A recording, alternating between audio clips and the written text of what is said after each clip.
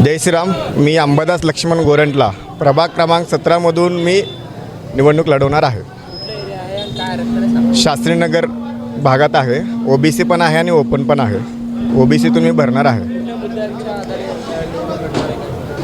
माझ्या प्रभाग क्रमांक 17मध्ये अनेक विकासाची कामं रगडलेली आहेत आणि आमची वस्ती जी आहे ते पूर्णपणे आज हिंदूंची लोकसंख्या कमी होताना ते घरं कमी होताना तिथं दिसत आहे.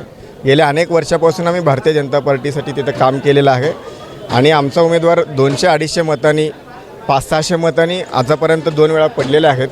तर मी पूर्ण ताकदीने ह्या निवडणूक लढवणार आहे. मग 4 भाजपचेच आमदार आहेत तिथं, 3 आहेत. 3 आहेत.